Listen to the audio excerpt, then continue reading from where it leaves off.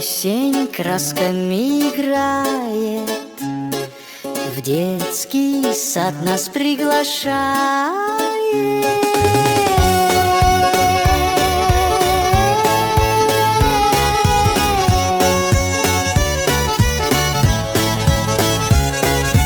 На столах лежат рядами чудеса, что сделал сами ежик из сухих листков, домик из лесных грибов.